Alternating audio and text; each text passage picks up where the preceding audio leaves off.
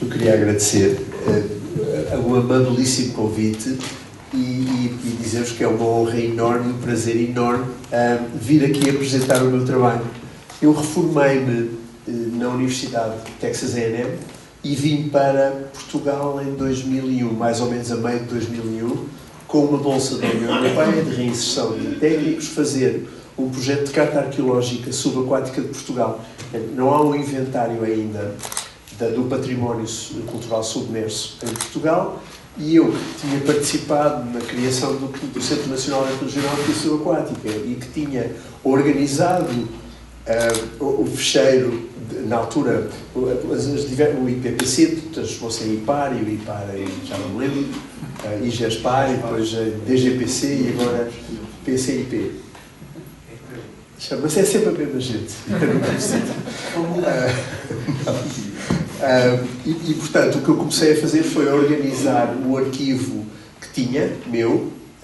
Eu comecei a mergulhar relativamente cedo, depois eventualmente fiz o curso de mergulho e depois comecei a mergulhar e a perguntar.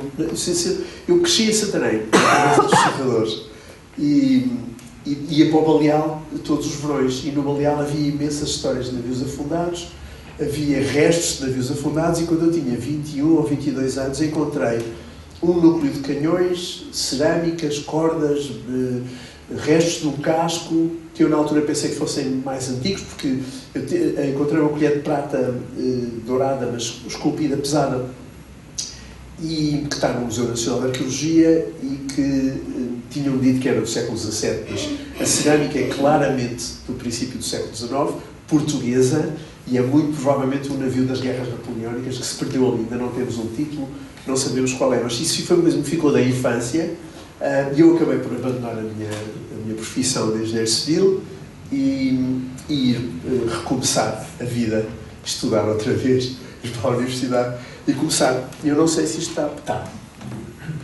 E comecei a fazer esta base de dados porque eu sou um colecionador nato. Adoro fazer coleções de coisas, livros, de fósseis, e navios afundados. Pareceu uma ideia interessantíssima. Na altura eu ia normalmente beber umas cervejas com os pescadores ou falar com os mergulhadores e recolhendo informação, e depois eventualmente fui convidado para ir como gestor, quando acabei o meu MBA, para a criação, para o Instituto Português de Arqueologia, que está extinto, para a criação deste Instituto, este Centro Nacional de Arqueologia Náutica e Subaquática, e comecei naturalmente a organizar-lhes o arquivo. E eu acho que não sou só eu, a maioria das pessoas gosta de barcos. Há pouquíssimas pessoas que são indiferentes ao ver um navio à vela, com as velas cheias, não é? E ainda por cima, não está a passar. Tá, não. Fala mal. Tá? Ótimo. As histórias de naufrágios, pelo menos as da minha infância, eram dos 5, da Enid Blyton, e no Baleal eram histórias sempre tremendas, pessoas que encontravam coisas, de tragédias. Havia imensas lendas no Baleal em relação aos ferraleiros. As pessoas de Ferrel, dizia-se que eles eram wreckers, que provocavam os naufrágios e matavam os sobreviventes para roubar os... Havia umas entrevistas da RTP, tudo mentira, tudo inventado, mas que as pessoas diziam: vovô, mordia-lhes os dedos para tirar os anéis, e eram histórias coloridíssimas. Eu resolvi começar a fazer coleção de naufrágios, e para isso percebi que não percebia nada, nem da história da construção naval na Europa, nem em qualquer outro lado. E, sobretudo, esta evolução extraordinária dos barcos, desde o Egito Antigo até hoje, e começou-me a interessar imenso. E comecei a interessar-me imenso por literatura, eu sempre li imenso, por literatura do mar, dos naufrágios. Este slide é de uma coleção formidável de construtores navais das Canárias, cujos os herdeiros, a empresa já não existe, mas os herdeiros deram o arquivo ao Estado. E é um arquivo absolutamente fabuloso, com desenhos de uma qualidade. Eles faziam construir estes navios e levavam-nos para Cuba, faziam comércio entre... Agora, os barcos sempre foram as máquinas mais complexas construídas pelas pessoas, sempre. desde o tempo dos romanos, os trirremos, os quadrirremos, os quinquarremos, e hoje em dia não se consegue imaginar nenhuma máquina mais complicada do que um porta-aviões ou um submarino nuclear. São máquinas extraordinariamente sofisticadas. A desigualdade social e o tamanho das riquezas, das fortunas que se fizeram nas últimas décadas leva a que as pessoas tenham fortunas absolutamente descabidas e gastem dinheiro também em embarcações de recreio, e está a haver um desenvolvimento interessantíssimo de maneiras de navegar aproveitando o vento e destas pessoas super ricas. Mas, sobretudo, o que é mais interessante nos navios é a história das partidas, não é? Quando o navio levanta a âncora e sai, o Foucault, o filósofo francês, dizia que era o exemplo de utopia melhor que há, não é? As possibilidades estão todas abertas. Quando se começa uma viagem, as pessoas podem sonhar com coisas extraordinárias e, portanto, os navios são umas reservas de imaginação enormes. Portanto, não é só o facto de serem bonitos, não é só o facto das pessoas gostarem da água, não é só o facto dos navios à vela serem silenciosos, é também o facto do otimismo que está associado à navegação. Eu não vou amassá-los muito com as minhas leituras, mas a verdade é que se pode olhar para os navios. Quando começamos a pensar na maneira como em crianças olhávamos para os barcos, percebemos que esta magia, e subsiste muitas vezes até à velhice, não é? Que há esta dicotomia. Os navios são espaços extraordinariamente seguros num ambiente extraordinariamente hostil, não é? E o exemplo grande das nossas infâncias é a sala do Júlio Verne, do Capitão Nemo, do submarino do Júlio Verne, isolado do mundo, com a sua moral, desgostado da civilização. E o outro é o poema do Rimbaud, do Bateau Ivre, que é um barco que vai pelo rio abaixo e as pessoas vão a ver a paisagem a passar de uma maneira... Para curiosos, não há nenhum sonho melhor do que este do Rimbaud. E depois, claro, as coisas que de facto contam e que levaram os marinheiros a irem para o mar. Durante séculos e séculos, os marinheiros eram as únicas pessoas que comiam todos os dias. Ter uma refeição assegurada. As pessoas falam muito há uma passagem do Moby Dick que é interessantíssima, que ele está a dizer a hora melhor da vida de uma pessoa é estar no cesto da Gávea, olhar para o horizonte à procura de baleias, e a tranquilidade e a felicidade totais está-se ali com a natureza, sem nada, nenhuma obrigação senão olhar para o horizonte. Mas ele depois diz, e saber que temos 2 anos de refeições arrumadinhos nas entranhas do nosso navio. Da mesma maneira, há imensa literatura sobre a dificuldade e o estatuto dos marinheiros. E, portanto, o que eu quero dizer com isto é que quando se estuda navios afundados, estuda-se a história desses navios e a história das vidas todas que se foram perder ali ou que convergiram para aquele evento, mais as histórias das pessoas que assistiram aos naufrágios, fizeram-os salvados, mais as histórias de quem construiu, quem planeou, quem pagou, quem planeou as viagens. É uma carreira interessantíssima e que nunca se esgota, porque as histórias... Ninguém é tão desinteressado que não lhe interessa, não deve haver nenhum sociopata no mundo que não se interesse pela vida das outras pessoas, não é? E neste caso a vida das pessoas que já morreram é muito mais misteriosa. Querer saber o que é que eles pensavam, o que é que eles faziam. O património subaquático português náutico está muito mal estudado. O Estado Novo nunca ligou nenhuma, pelo contrário, dava concessões de salvados. Há imensos canhões de bronze e imensos sinos de bronze que acabaram em torneiras, foram fundidos para fazer torneiras, ou inclusivamente o Estado português mandou um navio às fortalezas todas do Império buscar os canhões de bronze para fundir. E depois houve uns oficiais que salvaram uma pequena quantidade, 20 ou 25, que estão hoje no Museu Militar. Os outros foram todos derretidos. Mas isto a arqueologia e o interesse pela arqueologia subaquática é nulo, até há muito pouco tempo. Pela história, não. A comemoração do 4º centenário da chegada do Colombo à América pelos espanhóis motivou os portugueses para começarem a estudar o Vasco da Gama e a viagem do Vasco da Gama, e nasceu ali uma disciplina de história marítima extraordinária, com pessoas com pessoas extraordinárias, com investigadores que leram os arquivos todos da Europa, organizaram a informação e, portanto, nós temos uma base muito, muito sólida para fazer uma história da Marinha Portuguesa e agora, julgo eu, é ótimo se nos formos deitar a perceber o que há nas nossas águas. Não são só os navios naufragados. Os portugueses nunca se relavam muito com o património. E Santarém é conhecida. Eu não sei se quem leu o Culto da Arte em Portugal sabe que uma parte importante do livro é dedicada à selvageria da Câmara Municipal de Santarém, que destruiu a torre do Alporão, que destruiu a porta enfim, da muralha. Eu lembro deste museu não ter guarda. Eu lembro do Museu dos Cacos não ter guarda. E as pessoas iam lá buscar coisas. Eu encantaria com os carros. Maravilha. Já não conseguiu apanhar 4 estatuetas medievais que apareceram em Inglaterra. De cerâmica extraordinárias, raríssimas.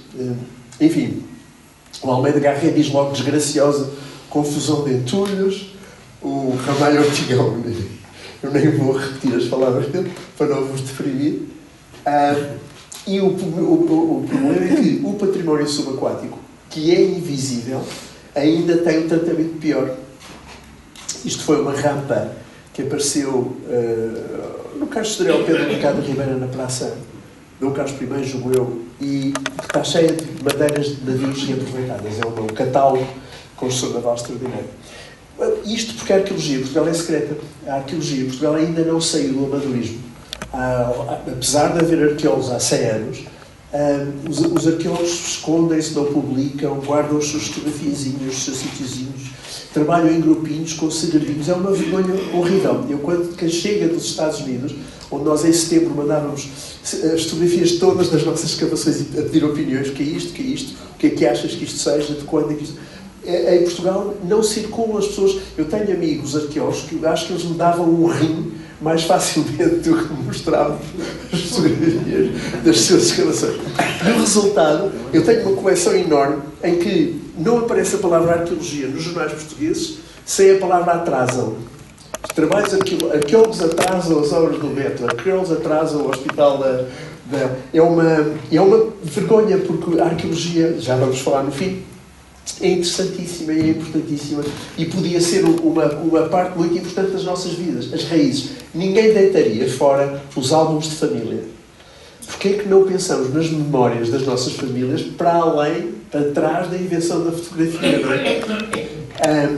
O património cultural subaquático português, como eu digo, continua desprotegido. Isto é um navio que se afundou em 1759 numa batalha com os ingleses, um navio francês, que está na Salema, no Algarve, e que foi alvo já de, antes do 25 de Abril, houve concessões salvadas. As pessoas iam lá buscar bronze para fazer torneiras, julgo eu. Nos anos 80, o Dr. Francisco Alves recuperou depois alguns destes canhões que estão no Museu da Marinha. Mas, a seguir à Segunda Guerra Mundial, houve uma procura enorme de cobre, de materiais, ligas de cobre, e houve, de facto, os pés de chumbo varreram a costa toda, de toda a Europa, e mesmo nas Caraíbas, varreram a costa toda e dinamitaram os naufrágios todos para tirar as hélices, os veios de bronze, os canhões e os sinos. E foi tudo para fundir. E eu ainda ouvi histórias de quando eles dinamitavam os sítios, vinham os peixes todos à superfície e eles iam fazer umas pesquinhas, roubá-los deste tamanho. Algum deste património foi roubado e vendido, perdeu-se. Tudo o que é de ferro precisa de tratamento, não pode ser tirado da água. E estes canhões já desapareceram há muito tempo. Foram da Salema lá para cima, para o Minho. E estes canhões foram exportados sobre um navio italiano do fim do século XVII, e aquele canhão é provavelmente um navio espanhol que naufragou em 1555 na Carrapateira e que foi já muito na Praia do Mar, penso eu. E de onde saiu já imensa coisa que eu saiba, desde que a gente não sabe. No Arado apareceram, com as dragagens do Arado, apareceram restos de 5 navios e que não foram, o Estado não fez rigorosamente nada, e um sexto que se pensa que era romano, acabou por ser tragado pelas dragas e deitado fora. Infelizmente só há uma fotografia. O pior de tudo foi, na confusão do 25 de Abril, um caçador de tesouros belga foi à Madeira. Havia uma caixa de rapé que tinha o sítio do naufrágio. E ele tirou imensa coisa. Mas como era caçador de tesouros, não fez registro nenhum. Temos algumas fotografias, um artigo na National Geographic e mais nada. Mas isto era um naufrágio do século XVIII da Companhia das Índias Orientais Holandesa, e algumas destes artefactos ainda estão na Madeira, na Quinta das Cruzes, julgo eu, alguns estão no Scheepvaart Museum em Amsterdão, mas a maioria das coisas foi vendida. É a partir dos anos 80 que um grupo de miúdos de Cascais começam a mergulhar e a registar, e a fotografar, e pessoas extraordinárias, e acabaram por ir bater à porta do Museu Nacional de Arqueologia, onde o diretor era o Dr. Francisco Alves, e foram pedir ajuda. Olha, nós temos aqui um naufrágio de São João da Barra, outro em Oeiras, outro não sei o quê, um em Cascais. E o Dr. Francisco Alves começou o projeto de carta arqueológica, que acabou por ser potenciado quando o Dr. Santana Lopes fez uma lei de autorizar a caça aos tesouros em Portugal. Quer dizer, todos os navios que tivessem bens, que tivessem valor venal, podiam ser destruídos por caçadores de tesouros, e os artefactos divididos ao meio. Portugal ficava com metade e eles vendiam a outra metade. Isto deu um escândalo enorme. Nós organizámos uma associação sem fins lucrativos para lutar contra esta lei, e quando o governo mudou, o novo ministro Carrilho, António Maria Carrilho, revogou a lei, nunca se deu uma única autorização a nenhuma destas empresas de caça ao tesouro, e ele criou o IPA e criou o CNAS. Começa aí. A caça aos tesouros não acabou. A Interpol publica no website deles relatórios, e o tráfico de antiguidades está ligado cada vez mais ao tráfico de pessoas, ao terrorismo, ao tráfico de droga e tráfico de armas. Espanha tem uma atitude extraordinariamente musculosa em relação à destruição do património cultural. Veio tarde, mas mais vale tarde do que nunca, e em Portugal eu continuo a dar pontapés na porta do Ministério da Cultura, a ver se alguém faz alguma coisa. Não é de conseguir. As pessoas... Temos que fazer barulho, senão os políticos fazem o que as pessoas que lhes telefonam lhes pedem, não é? Não pensam muito em nós. Têm outras urgências. Este crime organizado está extraordinariamente bem documentado, cada vez melhor, e há, sobretudo em Inglaterra, onde a lavagem de dinheiro é um negócio enorme e a caça aos tesouros vem associada a esta atividade, está melhor documentada. Há pessoas que fizeram documentários, livros. Este trabalho está muito bem documentado. E se quiserem saber como é que as coisas se passam, estes dois livros são fabulosos. Sotheby's The Inside Story, que é sobre tráfico de antiguidades pela Sotheby's, e The Medici Conspiracy, que é uma história de tráfico de antiguidades de Itália para os Estados Unidos. Quem quiser o PowerPoint, eu posso vos dar o PowerPoint com todo o prazer. O Museu do Getty passou já por um escândalo enorme, e Portugal também acabou por... A lei da caça aos tesouros em Portugal acabou por gerar uma empresa de caça aos tesouros que foi trabalhar para Cabo Verde e depois para Moçambique, e fez destruições horríveis. Em todo o caso, a revogação do decreto-lei da caça aos tesouros deu origem ao CNAS, que era onde agora está o Museu dos Coches, as antigas oficinas gerais do Exército, e nós organizámos, foi para aqui que eu vim trabalhar, frio de rachar no inverno, não havia vidros, mas viemos para aqui, limpámos o chão, pintámos, arranjámos e começámos a base de dados. A partir de 2005 os governos passaram a não foi só apoiar, deixaram de pensar no património subaquático, e portanto não houve mais nada. Isto é um número de processos, e agora estamos em 24 e estão a este nível. O número de processos abertos pelo Ministério da Cultura sobre coisas relacionadas com o património cultural subaquático. Entretanto, apareceram estes restos de uma embarcação no Largo do Corpo Santo, no túnel de ventilação do Metropolitano, por baixo do pavimento do Palácio dos... não me lembro de quem era o palácio, mas que é o Palácio do século XVI, que foi construído no século XVI. Portanto, por baixo das fundações do palácio havia uma praia, areia, e por baixo dessa areia estavam os restos desta popa. O resto do navio ficou onde agora passa o elétrico. Um dia devíamos arranjar um pretexto e escavar um buraco à noite. Entretanto, o pastor evangélico que andava a apanhar minhocas para ir à pesca encontrou este barco, que é do final do século XV, interessantíssimo, com uma coleção de cerâmicas enorme, vinha com cerâmicas ou ia com cerâmicas, e infelizmente está a ser estudado há 28 anos, e nem os arqueólogos publicam, nem a gente pode ver os dados. E eu sou um bocadinho impaciente. O navio do Cais de Sodré teve que ser removido para fazer a estação do Cais de Sodré, do Metropolitano.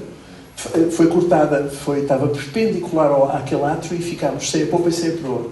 É interessantíssimo, as madeiras, o Ministério da Cultura deixou secar as madeiras e perder os desenhos originais, mas nós temos um registro ótimo que foi feito pelo empreiteiro e, com base nesse registro, reconstruímos as formas e eu já publiquei isto.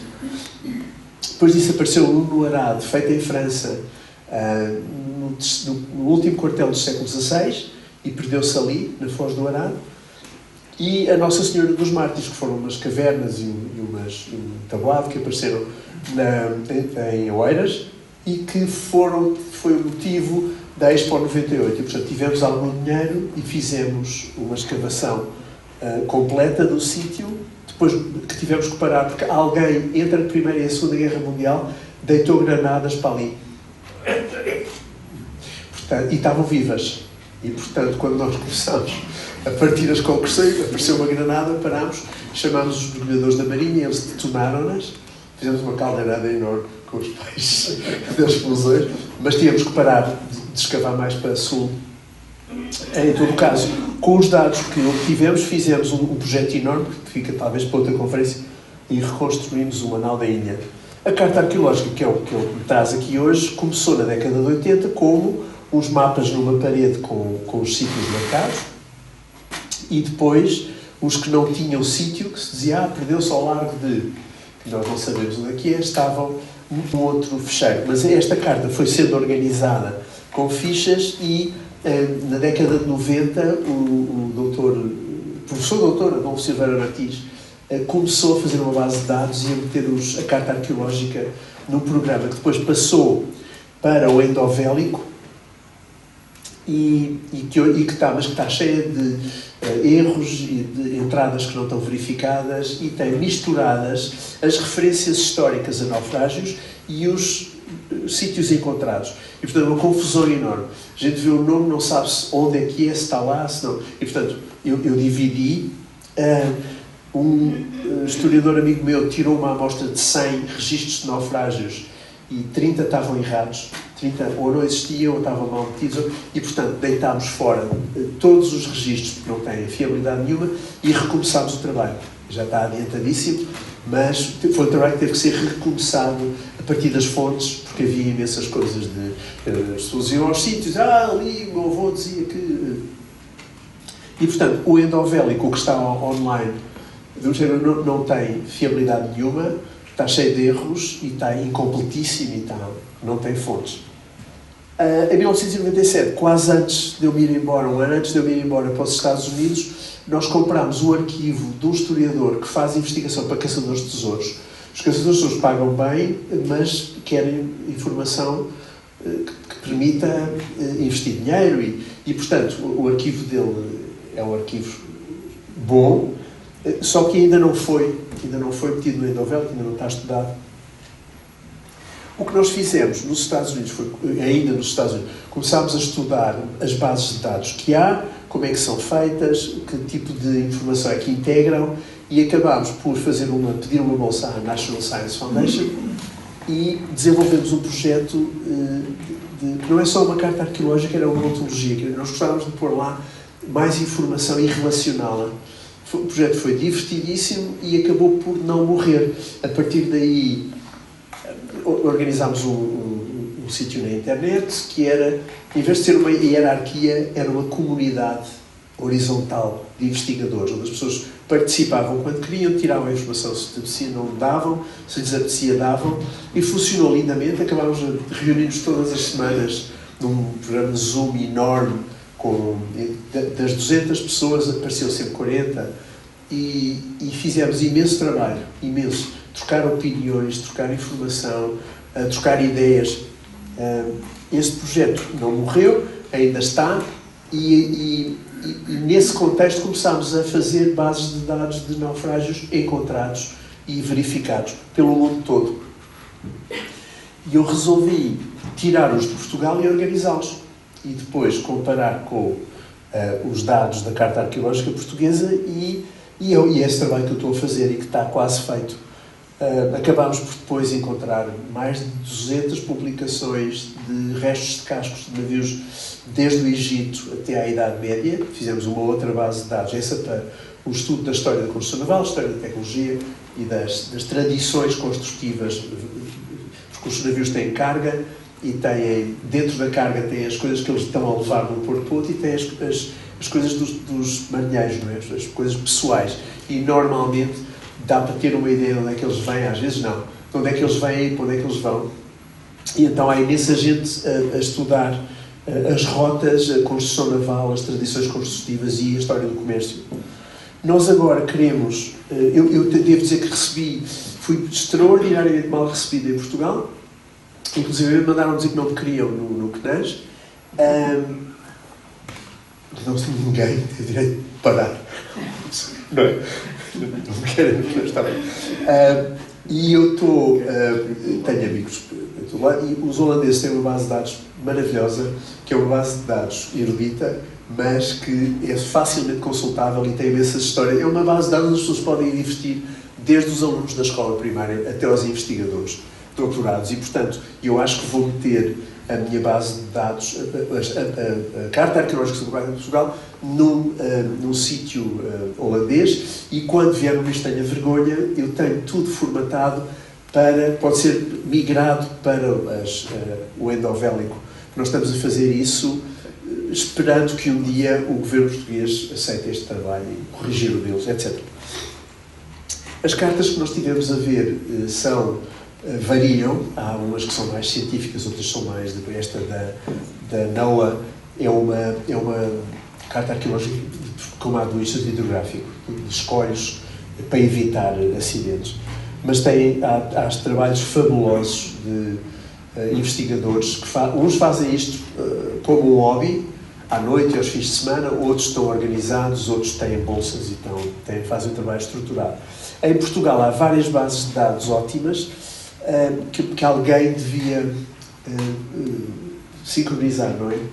Que deviam ser transformadas numa grande base de dados Há uma história muito divertida do Jorge Luis Borges, que inventou, que era um viajante do século XVII que foi à Ásia e a um país onde a arte de fazer mapas era tão boa e estava tão desenvolvida que os mapas já não cabiam nas salas. Cada vez os mapas eram maiores e mais pormenorizados. Mas a verdade é que hoje em dia pode-se fazer mapas à escala 1 por 1 do planeta nos computadores, não é? Os chineses estão a fazer uma, onde provavelmente vão pôr as opiniões políticas de cada locatário e de cada apartamento, mas pode-se pôr os contratos da água e da luz, pode-se pôr... Quer dizer, a informação está acessível e pode ser organizada se tivermos tempo. Depois eu gostava de falar de uma senhora que resolveu ir ao Vaticano e dizer ao Papa: a Igreja Católica é a maior proprietária do planeta e há 2 mil milhões de católicos. Nós podemos acabar com o aquecimento global porque somos suficientes. E o Papa disse: não, venha e tal. Ela era uma pessoa extraordinária, com computadores, com um bocadinho de Asperger, estava no espectro. E quando chegou a Roma, ela diz que encontrou imensa boa vontade, mas ninguém percebia nada de computadores e não conseguia fazer nada. Ela queria fazer um cadastro dos meios da Igreja Mundial e usar isso para negociar com o governo, enfim. O que nós fizemos foi, o que eu fiz, foi uma proposta de fazer uma ferramenta de gestão, porque uma das coisas que eu descobri aqui, os serviços de informação não sabem o que há, as polícias não sabem o que há, a Marinha não sabe o que há, o Instituto Hidrográfico está proibido de falar com os cidadãos. Eu já vou arranjar um advogado, vou perguntar ao chefe de Estado-Maior da Armada se o Instituto Hidrográfico pode decidir não partilhar informação com os cidadãos. Bom, e, portanto, eu gostava de fazer uma coisa que fosse partilhada e que a GNR soubesse, e as polícias soubessem, e a Polícia Marítima soubesse, e que as pessoas, quando vissem um barco em cima de um sítio onde nós sabemos que é um naufrágio, na carretera ou não, na Rifana, seria extraordinário que as pessoas soubessem e agissem, não é? Na Austrália não há uma polícia em cada esquina, porque a Austrália é um país enorme. E são as pessoas que chamam a polícia, quando vêm os caçadores de pessoas de telhado. E, portanto, o que eu fiz foi juntar as diversas bases de dados, também havia isso. Cada vez que mudavam as defesas, recomeçavam uma nova, davam um número novo. É uma confusão de narizes. E eu estou a limpar isso, a separar e estou a fazer. Isto é uma folha Excel, que é uma coisa que se pode mandar por e-mail a qualquer pessoa, pode ser partilhado, um mapa em QGIS, eu agora estou a fazer ainda em Google Earth, que é o mais fácil de todos, mas isto pode ser migrado para QGIS facilmente, e depois estou a fazer relatórios e a pô-los online, à medida que vou tendo coleções de coisas já estudadas. Da parte da história, isto são os sítios. Os registros de naufrágios não sou eu que estou a fazer, é um colega meu e dividiu o país em 7 sítios e está a fazer os levantamentos todos. Primeiro dos jornais, depois da Gazeta, depois e depois a seguir. Ainda falta ler uma coisa extraordinária que são acho que há uns relatórios do Núncio Apostólico que contam a história de Portugal para Roma. Eu não sei se eram semanais, se eram mensais, e que um amigo meu está a tratar disso, de estudar isso. E, portanto, agora, o que eu tentei fazer, não consegui, é que a DGPC não tem um protocolo para nomear os sítios e não tem um protocolo de entrada de dados. E, portanto, ela diz boca de fogo, ou diz canhão, ou diz peça de artilharia, ou diz... E, portanto, é uma confusão tentar encontrar, fazer buscas, tentar encontrar coisas. Isso é uma das coisas que eu estou a fazer. Os sítios têm várias designações, eu estou a adotar uma, e vou pôr uma identificação que relaciona os números todos que já foram dados a cada sítio, para as pessoas saberem no futuro, quando forem à procura. Não é muito fácil ir aos arquivos, metade estão na ajuda, metade estão em chabregas. E, portanto, isto é a estrutura da base de dados, que é facílima, e isto são os relatórios que eu já tenho prontos e que já partilhei. Comecei a fazer também os navios portugueses no mundo. Isto, por exemplo, isto é Aveiro e Santarém. Em Santarém tenho uma data de sítios. Temos os areeiros e era interessantíssimo ir falar com os areeiros, porque apareceram imensas moedas no Tejo e estão a aparecer coisas aqui. Está a aparecer imensa cacaria, pode ser medieval ou romano. E, portanto, há aqui eles falam de umas pedras onde as dragas batem, que são provavelmente os apoios da ponte que se fez. E, portanto, estão a aparecer. Isto é uma madeira de um barco e as bocas das dragas são muito pequeninas e, portanto, não sugam nada que seja grande. Partem e trazem para cima. E há mais para sul. E depois, claro, há batelões, estou a inventariar. Há este sítio que diz-se que é uma vila romana, eu não sei, apareceram lá artefactos romanos, os detectoristas andam lá, mas a relação do Estado com os cidadãos é repressiva, não é? Em vez de colaborarem, e em vez de Portugal, por exemplo, fazer como os ingleses, pagar alvíceras a quem encontra coisas, não. A polícia anda atrás dos detectoristas, querem-lhes tirar os detectores. É um jogo do gato e do rato que é completamente deprimente e neurótico e não resolve nada. Separa as pessoas do Estado. Ainda por cima, a minha experiência nas câmaras municipais é as pessoas encontram uma coisa, a DGPC vai lá e leva para Lisboa e nunca mais ninguém vê nada. E, portanto, neste sítio, um dos pescadores dali disse-me que pode ser romano, mas houve mais construções em cima.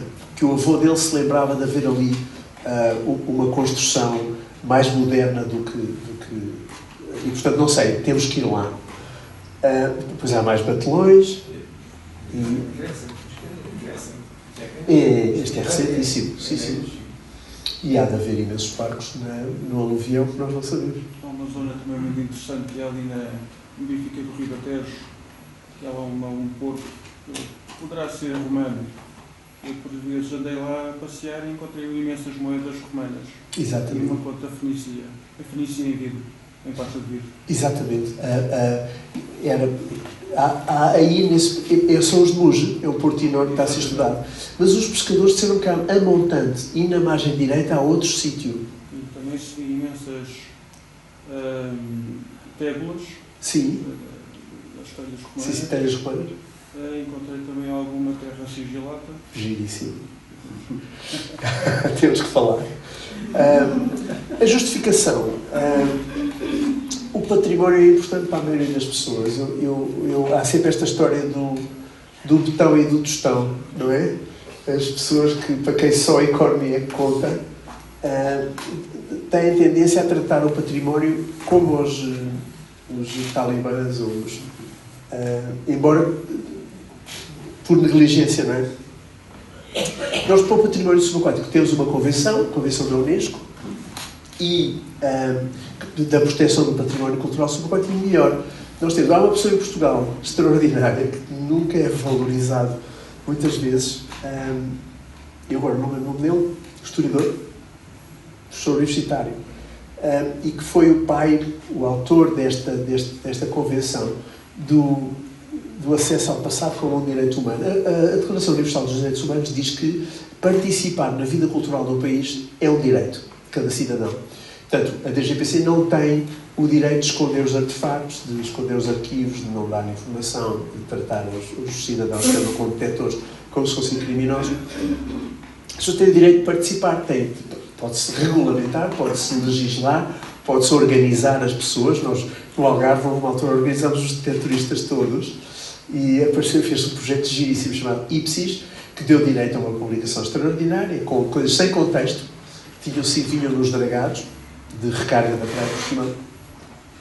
Mas esta Convenção de Faro interessa-me imenso, e é esta ideia da cultura ser uma riqueza nacional. Nem toda a gente pensa assim. O investimento na cultura normalmente paga para os franceses. A percentagem do produto bruto que vem do turismo é enorme, 7%. E eles continuam a investir em museus, e não são só os turistas que vêm e deitam dinheiro. As pessoas são muito mais inteligentes e mais civilizadas porque sabem, porque são cultas. Eles já teorizaram isto há muitos anos. Em países em que o Estado tem políticas culturais mais eficazes, há 20 vezes mais óperas na Alemanha do que há nos Estados Unidos, e se calhar por isso nós vemos como é que estão os Estados Unidos.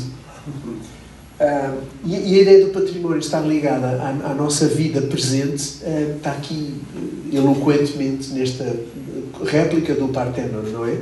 Se quiserem ver o Parthenon, vão ao Tennessee, não vão à Grécia, porque o Parthenon, a réplica está lá. Porque para os americanos a democracia e a cidadania são têm sido coisas tão importantes que eles acharam que valia a pena construir um Parthenon.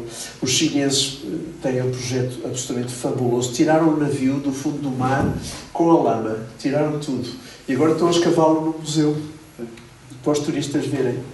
E depois há estes projetos todos, a Bell no Texas, o Mary Rouse na Inglaterra, o Vasa na Suécia, há um navio da Idade do Bronze que está no Castelo dos Templários em Bodrum, na Turquia. É o segundo museu mais visitado da Turquia, a seguir ao Palácio Topkapi. E é isto, o conhecimento e a inteligência. Este filósofo americano que eu gosto muito diz que, da mesma maneira que não se pode fazer carpintaria com as mãos nuas, não se pode pensar muito com o cérebro nu. Nós pensamos porque temos ferramentas para pensar. E as ferramentas são a educação. Não há nenhuma razão para a arqueologia ser secreta, não há nenhuma razão para os tapumes serem fechados. Porque é que as escavações não têm rede, não é? E a DGPC foi pintada cinzento. Eu acho que faz uma organização e manda-se pintar de cinzento, não é? o descalabro é enorme. Este navio do Carlos Sodré foi deixado secar, como eu contei. Este do Bom Jesus foi encontrado na Namíbia. Uma das coisas que eu vi era uma bota com um osso. Tinha uma coleção de moedas muito grande, que fez as pessoas perderem a cabeça e tal. Mas o governo tratou deste sítio muito bem, mas Portugal mandou uma pessoa lá para não me deixar escavar. E quando eu cheguei, a pessoa do Ministério da Cultura e o Ministério dos Negócios Estrangeiros, o Filipe já queria escavar aquilo. Eles preferiram que o sítio ficasse abandonado do que eu escavasse. E este agora desapareceu. Era um navio provavelmente holandês, do século XVII, em Belize, apareceu. A DGPC não fez nada. Tiraram estas fotografias. E era isso que eu queria dizer. E agora, se tivermos tempo para perguntas, tenho o maior prazer em discutir. Obrigado.